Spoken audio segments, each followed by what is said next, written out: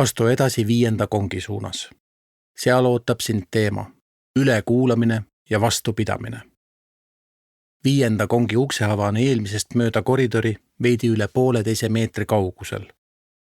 Kongi astudes ole ettevaatlik, sest kongi põrand on kõrgem kui koridori oma ja ukseava on selle jagu madalam. Kongi põrand on kaetud kulunud pruuni värvi puidust laudadega. Selle teistest veidi suurema kongi seinad on valged. Sissepääsust vasakule jääb ruumi sissejuhatav tekst, millest saab lugeda järgmist. Kuidas jääda ellu ebainimlikes tingimustes? Kuidas säilitada lootus ja tahe elada, kui lootust ei paista olevat? Siia kongidesse jõudnud teadsid, et neid ootab nende seinte vahel alandus ja piin ning seejärel, nagu ütleb levinud väljend, surm siin või Siberis. Ent nende õuduste keskel oldi üksteisele toeks. Aja veetmiseks jutustati üksteisele nalju ja õudusjutte. Pühapäeviti peeti omakeskis isegi jumalateenistusi. Ventilatsioonitorude kaudu vesteldi kõrvalkambrite vangidega ning kambrite vahelise suhtluse tarbeks õpiti morset. Kuna oma kaasusest liiga detailselt rääkida oli ohtlik, vangide hulgas olid ju ka nohid, niinimetatud lehmad, siis räägiti ohutumatel teemadel. Siin keldris kinni peetud Juta Kurg on meenutanud, et kui vangivalvur keelas kongis valjult rääkimise, sidusid nad koos kambrikaaslastega protestiks oma suud rätiga kinni. Vastuhakk võis viia kartsa või tuua kaasa peksmise, ent andis ka lootust. Totalitaarsete režiimide eesmärk on teha nii, et inimene oleks üksi, et naaber ei usaldaks naabrit, vanem last ega õde venda. Pagari tänava eeluurimisvanglas viibinute mälestused aga räägivad meile, et siin keset julmust ja lootusetust see ometigi ei õnnestunud. Seistes seljaga kongi sissepääsu poole jäävad vasaku seina äärde kõrvaklapid. Nende juures on helesinine kulunud 4 jalaga taburet, millele võib istuda. Ruumi seintel on infotekstid ülekuulamise ja piinamise kohta. Ruumi keskel on suur metallraamil puitlippidega ülekuulamistool, mida saab katsuda ning millele võib ka istuda. Vasakul, umbes vöö kõrgusel, on seinal kõrvaklapid, mis toetuvad mustale karbile. Karbi keskel on 2 nuppu. Ülemisele vajutades kuuleb klappidest eestikeelset teksti, alumisele vajutades ingliskeelset. Kõrvaklappidest saab kuulata Olav Tammarku intervjuud. 2,5-minutiline katkend on pärit ERR-i raadiosaatest Kirjutamata memuaare. Hoiatus. Intervjuu sisaldab piinamise detailset kirjeldust. Klappide kohal seinal on tekst, millelt saab lugeda järgmist. Seda tooli siin kambris ei kasutatud tegelikult ülekuulamiseks. See on pärit hoopis ühest kainestusmajast. Ent samasuguseid toole kasutas ka KGB. Vangide ülekuulamisel kasutati mitmesuguseid võtteid, et ülekuulatavalt infot või ülestunnistust kätte saada. Leebematest meetmetest olid levinud meelitused ning valelubadused. Uurijatega koostööd tegevale vangile lubati väiksemat karistust või üldse karistuse ärajätmist. Meelitustelt või siidastoonis veenmiselt võidi järsult üle minna sõimule ja ähvardustele. Levinud oli ülekuulatava segadusse viimine. Tihti kuulus ülekuulamise juurde piinamine, mille jaoks kasutati erinevaid vahendeid.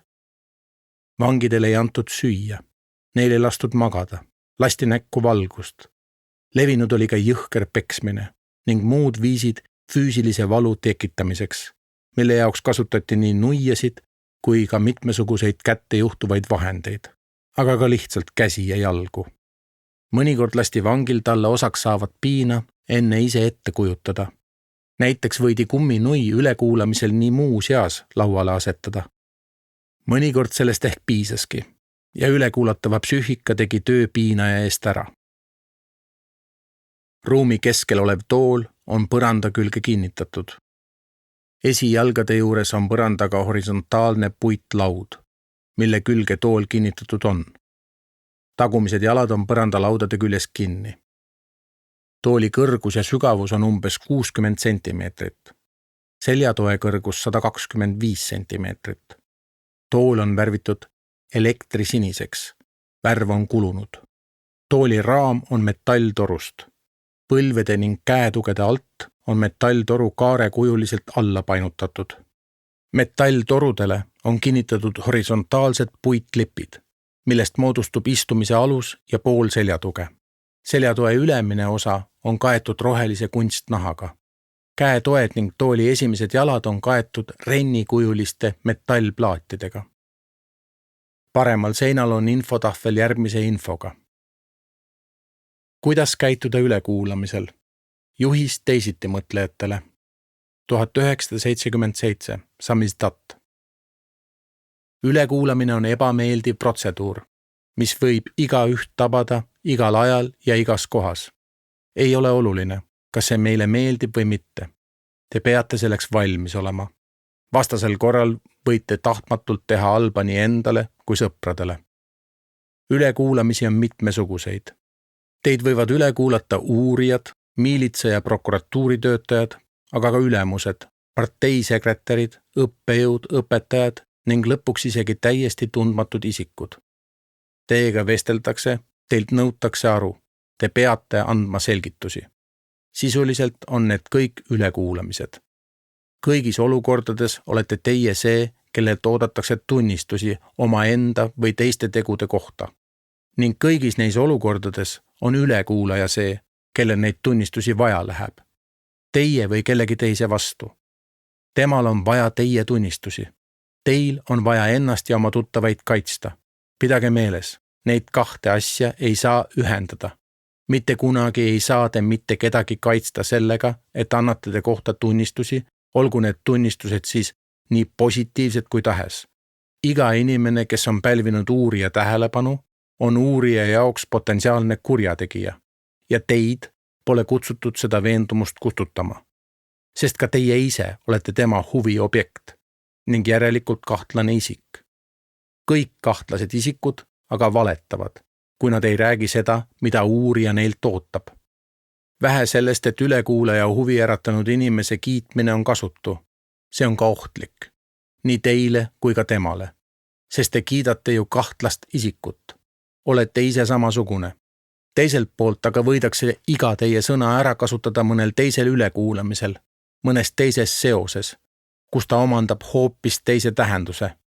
Iga asjaolu, mis teie kaudu uurijale teatavaks saab, kahjustab nii teid kui seda, kelle kohta te teateid annate.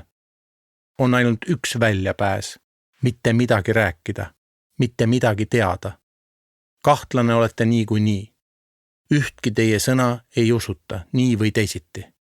Te ei saa oma olukorda enam halvemaks muuta jutuajamisest keeldumisega. Vastupidi, see on ainus tee, mis võib teid veel säästa järgnevatest ebameeldivustest. Ärge uskuge ilusaid jutte puhtsüdamlikest ülestunnistustest. Liiga palju on juba neid, kes kannavad karistusi ainuüksi puhtsüdamliku ülestunnistuse eest. Ärge kartke ähvardusi, mis teile kaele langevad. Ähvardavad ikkagi ju need, kel taolisi relvi pole. Ja lõpuks, ärge kunagi paluge midagi neilt, kelle käes on võim.